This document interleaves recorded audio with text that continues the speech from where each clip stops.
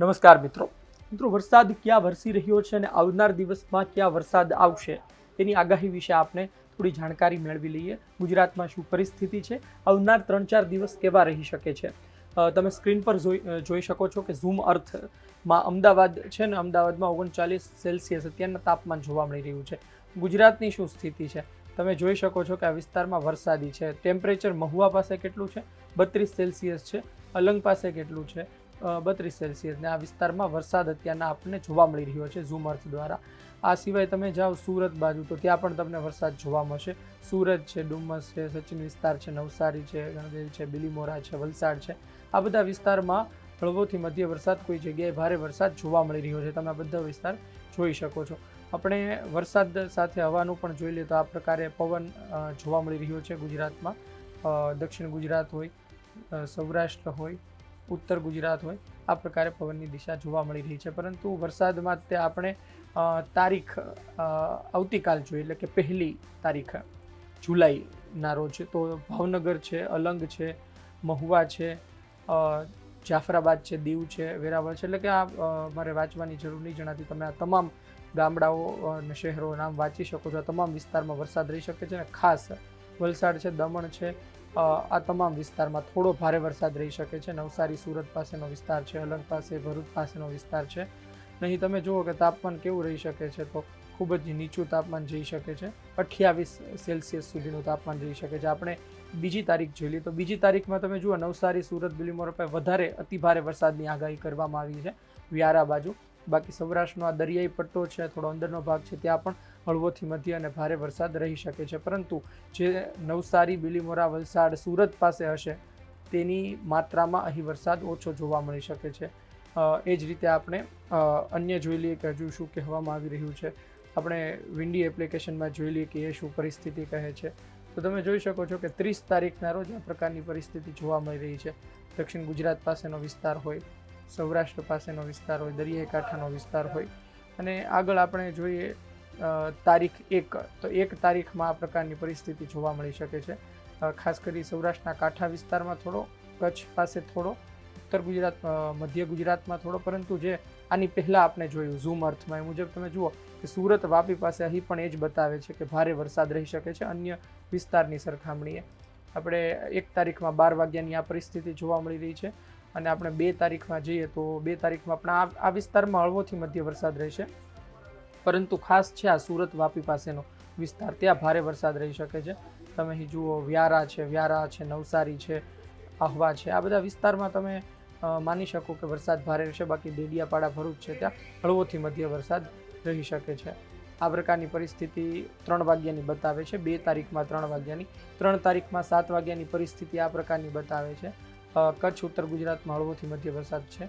અને 3 તારીખમાં 4 વાગ્યાની પરિસ્થિતિ કઈ આ પ્રકારને બતાવે. પણ એમાં તમે જુઓ કે સૌરાષ્ટ્રમાં, એટલે કે પાલીતાણા છે, ભાવનગર છે, ત્યાં થોડો વરસાદ વધશે, થોડો ભારે વરસાદ નોંધાઈ શકે છે. બોટાદ, ધોલેરા પાસે તેવી સ્થિતિ અત્યારના જોવા મળી રહી છે, તમે આ જોઈ શકો છો.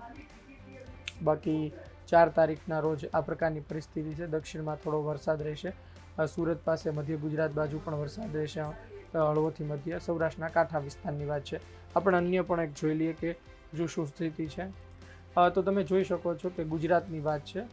અને ગુજરાતમાં તારીખ 30 તારીખ એટલે આજની તારીખે તમે જોઈ શકો છો કે આ વિસ્તાર આખો છે, એટલે કે છોટાઉદેપુર છે, નર્મદા છે, સુરત છે, આ બધા વિસ્તારમાં અન્ય વિસ્તારની સરખામણીએ ભારે વરસાદ રહી શકે છે. અહીં થોડો હળવો વરસાદ રહી શકે છે. રાજકોટ, મોરબી, સુરેન્દ્રનગર, અમદાવાદ નહીં તો તમે જોઈ શકો છો કે શું, એટલે જો લખવામાં જ આવ્યું છે સફેદ કલર છે તો ડ્રાય છે, આઇસોલેટેડ છે, એ પ્રકારે તમે સમજી શકો છો. એ જ પ્રકારે આપણે આવતીકાલનું જોઈએ 1 તારીખના રોજ ગુજરાતના નકશામાં, તો આપણને એ જાણવા મળે છે કે એ જ પ્રકારની પરિસ્થિતિ તમે જુઓ કે 1/7/2026 ભરૂચની સ્થિતિ, એટલે કે આ વિસ્તારમાં ભારે વરસાદ રહી શકે છે. સાથે ભાવનગર છે, અમરેલી છે, ગીર સોમનાથ છે, આ વિસ્તારમાં પણ થોડો ભારે વરસાદ. બાકી આ વિસ્તારમાં હળવોથી મધ્ય વરસાદ, આ વિસ્તારમાં વરસાદની આગાહી નહિવત જેવી છે. આપણે બીજી તારીખ જોઈ લઈએ 7મા મહિનાની, તેમાં શું પરિસ્થિતિ છે.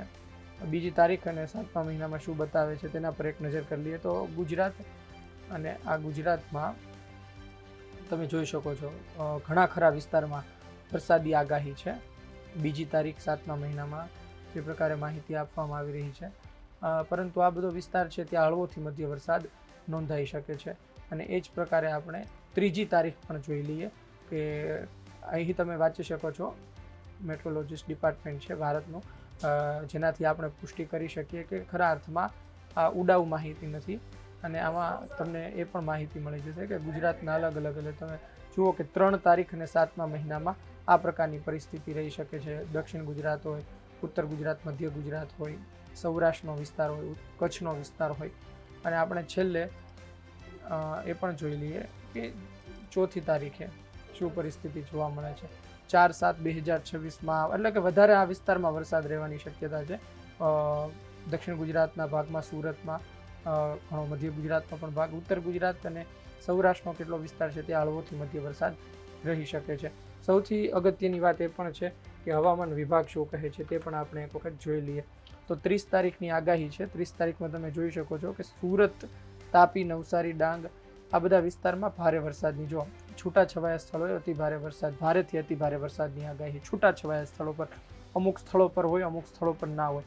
જ્યારે અમરેલી, ભાવનગર, ભરૂચ, નર્મદા, છોટાઉદેપુરમાં છૂટાછવાયા સ્થળો પર ભારે એટલે કે આ ભારે વરસાદ.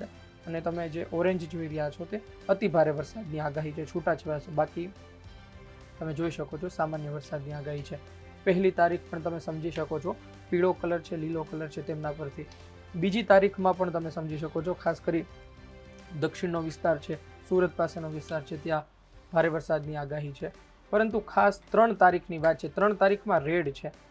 દમણ છે, વલસાડ છે, દાદરા અને નગર હવેલી છે, ડાંગ છે ત્યાં તમે વાંચો છૂટાછવાયા સ્થળોએ અત્યંત ભારે વરસાદની એટલે કે આ વિસ્તારમાં 3 તારીખે અત્યંત ભારે વરસાદ વરસી શકે છે. અને આપણે 4થી તારીખે જોઈએ તો 4થી તારીખમાં પણ નર્મદા, તાપી આ વિસ્તારમાં, ડાંગ વિસ્તારમાં અતિ ભારે વરસાદની આગાહી. આ બધા વિસ્તાર ભરૂચ, સુરત, નવસારી, છોટાઉદેપુર, દમણ, વલસાડ એવા ભારે વરસાદ. આ વિસ્તાર છે એ પીળા કલરમાં છે. તે સમયે તે બધા વિસ્તારમાં પણ એટલે કે 4 તારીખના સમયે છૂટાછવાયા સ્થળો પર ભારે વરસાદની આગાહી છે. બાકી છૂટાછવાયા સ્થળ હળવોથી મધ્ય વરસાદ રહી શકે છે. એટલે કે આપણે સમજ્યું કે શું પરિસ્થિતિ છે, આપણે ઝૂમ અર્થમાં પણ સમજ્યું અને છેલ્લે હવામાન વિભાગ શું કહે છે તે પણ જાણી લીધું. એટલે કે આવનારા 3-4 દિવસની આ આગાહી છે. આપનું શું કહેવું છે કોમેન્ટ બોક્સમાં લખજો. આપના ગામમાં વરસાદ છે કે નહીં. આ વિડીયો અન્ય લોકો સુધી પહોંચાડજો જેમને જરૂર છે, જેમને ખબર હોવી જોઈએ કે આવનાર દિવસમાં વરસાદ કઈ પ્રકારનો રહી શકે છે, કયા સ્થળો પર રહી શકે છે. ધન્યવાદ.